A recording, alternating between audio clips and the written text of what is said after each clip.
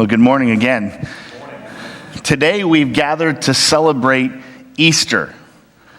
Not to celebrate Christianity, not to celebrate what Jesus said or the good things that he taught, not to celebrate the miracles that he performed. We are here to celebrate an event in history. That's why we're here. But just like all other holidays, the longer they go, the more other things seem to creep in and kind of give us a reason for the holiday. I mean, Easter has gone from celebrating an event to becoming an event. You know, because you dress up and you go to church because it's Easter, and you got to go to church on Easter. And then it becomes about lilies and flowers and girly colored shirts that men wear, and it becomes about Easter egg hunts and jelly beans and the Easter bunny and Peeps. It becomes about the sound of music on TV. It becomes about all of these things, and suddenly Easter is an event in and of itself, and we begin to celebrate Easter because it's Easter. And we begin to forget why it's Easter, why it's memorable, why we're here. The purpose for our celebration is celebrating an event in time where a man died and yet didn't stay dead. You see, the church did not get its start because Jesus taught good things, and so the followers of Jesus said, hey, these are good things to live by. I think we should just teach these to the next generation, and that's how the church got started. No, the church didn't start because Jesus performed some miracles and gathered a following, and so people were pretty excited about that. The church didn't start because Jesus died on the cross. The church started because Jesus rose from the dead, and there were eyewitnesses to that fact. And those eyewitnesses said, wait a second. If this really happened, this changes everything. And they went out and spread the news.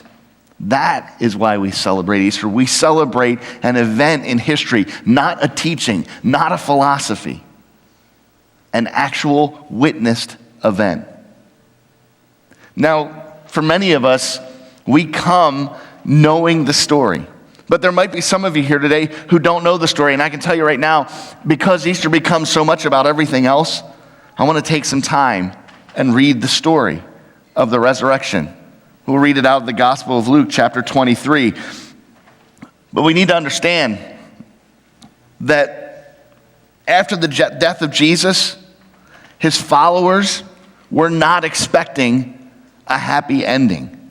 They weren't expecting a fairy tale ending. When Jesus died, the people experiencing it in that moment thought that was it. Game, set, match. This whole thing is finally over. They finally got a hold of the guy we're trying to follow, and they killed him. So this whole movement is done. And you find that as Jesus dies, there's very few people that are around to witness his death because so many of his followers had scattered. He didn't have followers sitting around the tomb waiting for him to come out. You know, after his death and after his burial, they didn't all gather around and start the countdown till Easter morning. 10, 9, 8, you know, like the movies where the time is ticking down and you know the big play is about to happen. They weren't doing that. They weren't sitting up all night praying that God would accomplish a miracle so that Jesus' claims could be true. No, we find a group of people who are hopeless, who are facing the morning after Jesus' death figuring, hey, that was nice while it lasted. But just like a lot of things in this world, this story doesn't end well. And they were expecting the worst. And this is where we pick up the story. Because most of us know what's about to happen, but they didn't. And in Luke chapter 23, this is just after Jesus cries out on the cross and breathes his last. We read these words. Luke 23, verse 50. Now there was a man named Joseph, a member of the council, a good and upright man, who had not consented to their decision. He was a member of the council that convicted Jesus, but he had not consented to that decision and action. It says he came from the Judean town of Arimathea, and he was waiting for the kingdom of God. We learn in the other Gospels that this man Joseph was a secret follower of Jesus, because being from Judea, being from the Jerusalem area, and being part of the council that eventually convicted Jesus, you didn't make that well known. But he followed Jesus, and he was waiting for the kingdom of God. He was a man of faith, and he was expecting the kingdom. And he thought it was going to come through Jesus, and suddenly Jesus is gone. And out of respect, he says, you know what? Let me take him. And this is what he did. Going to Pilate, he asked for Jesus' body. Well, why did he ask for Jesus' body? Because he wanted to quickly get him to a medical doctor so that they could revive him? Did he take him home because he believed that Jesus, when Jesus said that he was going to rise again, that he just took him home and expected that to happen? No, he did what you do when someone dies. He prepared him for burial. We read this in verse 53. Then he took it down. Jesus is no longer referred to as Jesus anymore. Simply the body of Jesus. Then he took it down, wrapped it in linen cloth, and placed it in a tomb cut in the rock, one in which no one had yet been laid. It was preparation day, and the Sabbath was about to begin. The women who had come with Jesus from Galilee followed Joseph and saw the tomb and how his body was laid in it. Then they went home and prepared spices and perfumes, but they rested on the Sabbath in obedience to the commandment.